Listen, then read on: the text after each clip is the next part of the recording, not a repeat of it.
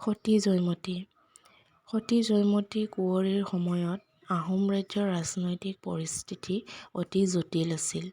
মন্ত্ৰী লালুক খোলা তেতিয়া অসমৰ ৰজা হৈছিল।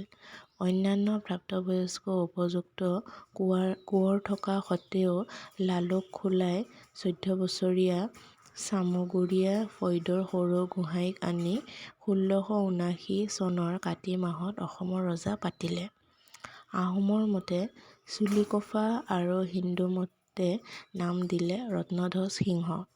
বয়সত ল'ৰা দেখি প্ৰজাৰ মাজত ল'ৰা ৰজা নামটোহে খ্যাত হ'ল। লালুক খোলাই চুলিকফাক ৰজা পাতিয়েই সুদৈতফা স্বৰ্গদেৱক বিষ খুৱাই মাৰিলে। আটন বুঢ়াগোহাঁইকো সৰংখে 1679 চনৰ আঘোণ মাহত বধ কৰোৱালে। আটন বুঢ়াগোহাঁইৰ ঠাইত দিলিহিয়ালৰ দীঘলা লাংগিক বুঢ়াগোহাঁই পাতিলে। জবংগক ভাঙি মাদুৰীৰ লাই থেপেনাক বৰগোহাঁই পাতিলে। লালুকে নিজ স্বাৰ্থ পূৰণৰ হেতু ল'ৰা ৰজাক সম্বন্ধেৰেও বান্ধিলে। তেওঁৰ 5 বছৰীয়া জীয়েকক 14 বছৰীয়া ল'ৰা ৰজালৈ বিয়া দি ঘাই ৰাণী পাতিলে। বংগৰ নৱাবৰ আশ্বাস পাই লালুকৰ আহোম ৰাজ্যৰ ৰজা হোৱা লালসা প্ৰবল হৈ উঠিল। ৰাজপৰিয়ালৰ 4টা ফৈদত ৰজা হ'ব পৰা কোঁৱৰ ভালেকেইজন আছিল। তেনেস্থলত লালুক খোলাৰ বাসনা কেনেকৈ পূৰণ হ'ব? তেওঁৰ সেই দেখি ভয় হ'ল বিশেষকে এই কোঁৱৰ কেইগৰাকীলৈ। কোনগৰাকীয়ে কেতিয়া বিদ্ৰোহ কৰি সিংহাসন কাঢ়ি লয় তাৰ ঠিক নাই। লালুকে ল'ৰা ৰজাক ক'লে।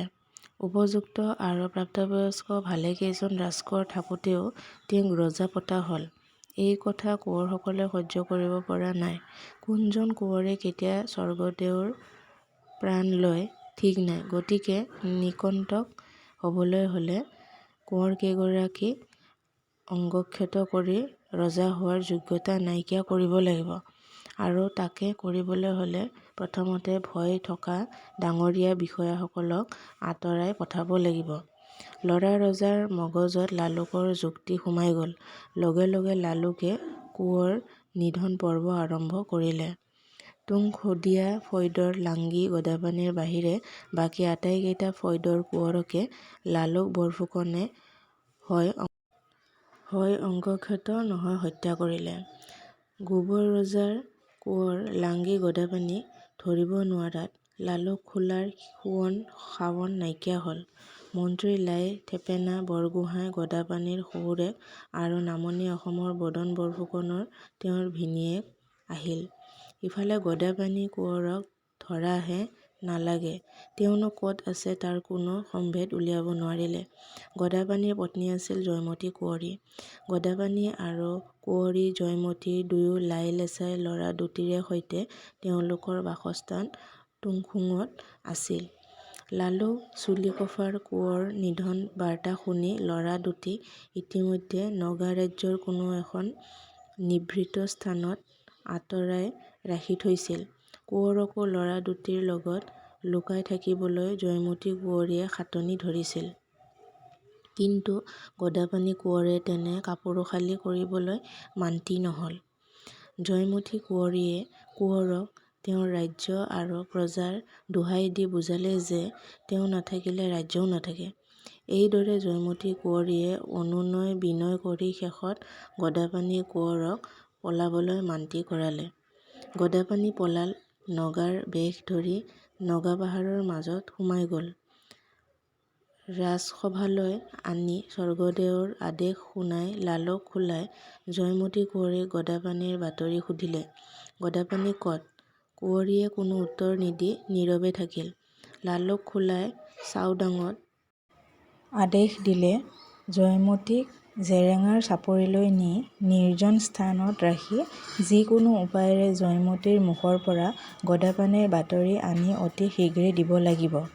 চাওডাঙে জয়মতীক জেৰেঙা পথাৰৰ নিৰ্জন স্থানলৈ লৈ গ'ল। চাওডাঙে অনেক ৰকমে বুজাই বৰাই ফুচলাই উচতাই ভয় দেখুৱাই তেওঁৰ মুখৰ পৰা গদাপাণি কোঁৱৰৰ বাতৰি উলিয়াব নোৱাৰি চাওডাঙে কুঁৱৰীক দুই এটাকৈ শাস্তি দি যাবলৈ ধৰিলে।